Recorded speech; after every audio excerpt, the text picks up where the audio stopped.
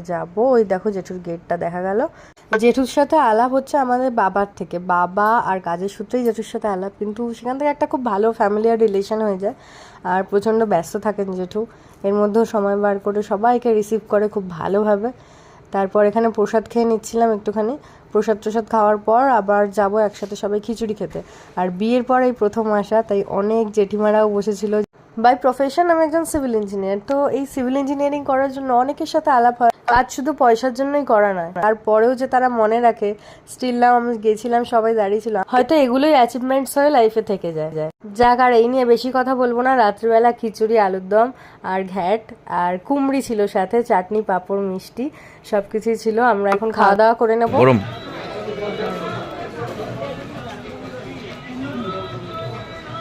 চলো, আজকে তো দিনটা এরম ভাবেই কেটে গেল। আবার দেখা হচ্ছে নতুন কোনো নেক্সট মিনি ব্লগ নিয়ে। সকলে ভালো থেকো, সুস্থ থেকো, টাটা।